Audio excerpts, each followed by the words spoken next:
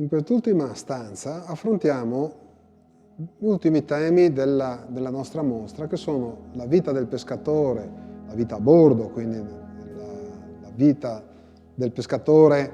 nella sua quotidianità, nei piccoli spazi che aveva a disposizione nell'imbarcazione,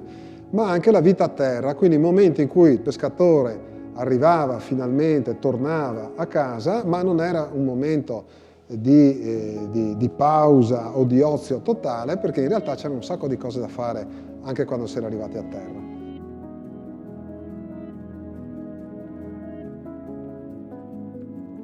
Qui abbiamo poi un bellissimo esempio di segni da fagotto, perché come abbiamo detto, quando le portolate andavano a 20, 30, 40 miglia fuori in cerca della compagnia che pescava, e che era lì da mesi che pescava, i pescatori consegnavano anche alla barca qualche pacottiglia che poteva essere anche, non so, qualcosa che avevano comprato in Istria o a Fiume, che mandavano a casa alla moglie, magari dei fazzoletti colorati, delle robe, oppure anche la loro biancheria, i loro vestiti che erano da rammendare, da lavare, da sistemare. Allora facevano un fagotto di tela, legato bene, e siccome non ci potevano scrivere il nome, perché non sapevano scrivere, ci attaccavano un pezzettino di legno, che se lo facevano loro, col segno inciso, così era indelebile, della loro casata.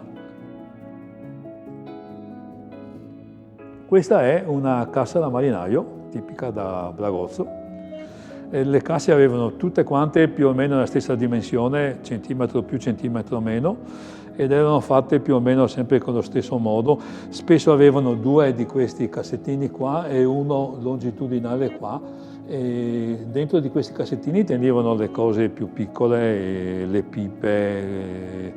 le monetine, le robe, e dentro tenevano i vestiti di ricambio.